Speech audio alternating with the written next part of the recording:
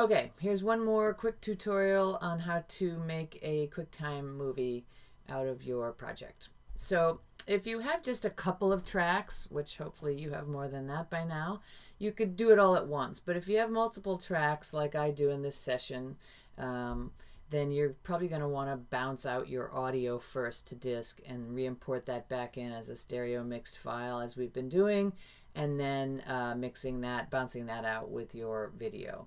So that's what I'm going to do. And I'm only going to bounce half of this clip because it's really long and I don't want to spend tons of time waiting for it to process.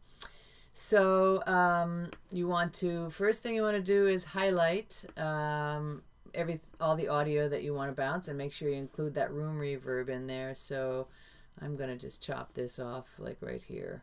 You're going to do your whole thing, but I'm going to chop this off right here, and I'm going to highlight all of this material.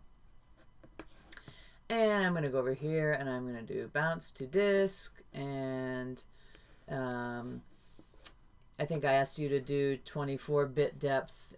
You could change that to 16 for this bounce because it's just a quick check-in. It's not your final thing, so it doesn't have to be super high quality. And then I'm going to check offline. I'm going to make sure I name it City of Lost Bounce for Class. You guys can name it Rango Bounce for Class or whatever clip you're working on. Make sure that it's going into that bounced files folder of your Pro Tools session so you know where to find it. And make sure you click import after bounce, so that will import your bounced wave file back into the session so you can then bounce it out with the QuickTime movie. Alright, all that's good. Here we go. It's bouncing, bouncing, bouncing. And I want it to go back into my session as a new track, so that's cool, and voila, there it is. So there's my audio bounce.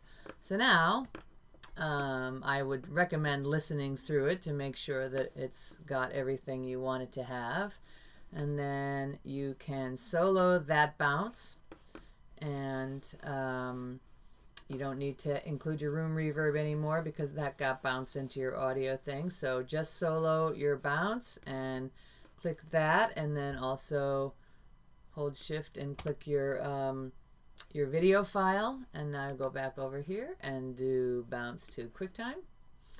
And for here you want to make your sample rate 44.1 because again you can make it as small as possible. Include video obviously like that, and maybe you'll put, I'm gonna know that it's video, so.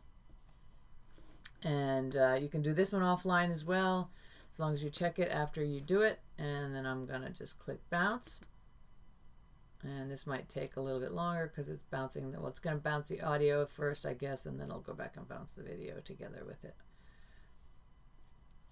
And there's that, and now it's creating the QuickTime movie. And that might take a few seconds longer. And now we can go look.